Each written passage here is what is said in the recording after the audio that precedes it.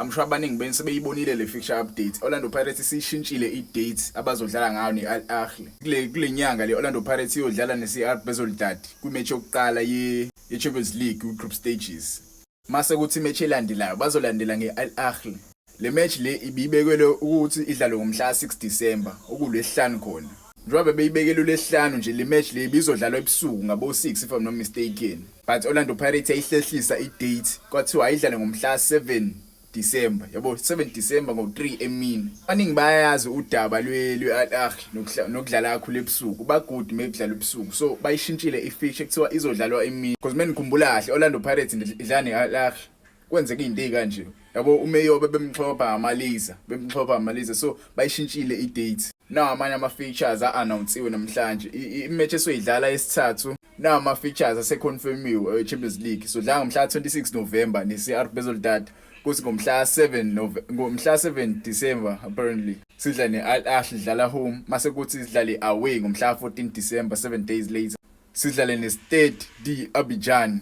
So yona ama-teams esizodlala nawo lawo kulonyaka amathathu ku-Champions League. So dlala ama-second rounds next year. I hope Orlando Pirates izowathola ama-points la because le move le team le i-CR Belouizdad ile ezansi emsileni kwi-league yakhona yabo. I-Al Ahly nayo ayidlali kahle because isathanda kutholana nje neZamalek yabo. Angisho ukuthi iZamalek zidlala ngokufana nayo but i-Orlando Pirates right now iyashisa so ingayinikeza inkinga i-Al Ahly and futhi sidlala home sidlala emini.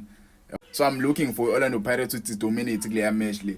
I-Stade d'Abidjan ngiyiboni futhi ini Orlando Pirates inkinga but njengoba dla away singa expecta noma yini.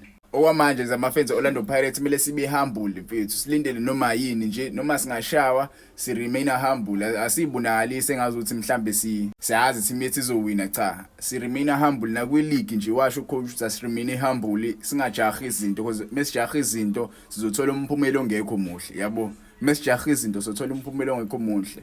Right now we must remain humble, take every game, play every game as a final. Yabo i-game ne-game siyidlale ngokwanele singasheshe sijabule because umphumela uhlezi ungafani yabo. Ungasheshe ujabule manje uthi uyavuka kusasa uzothola umunye umphumela yabo. Let's just remain humble, take every game as a final yabo.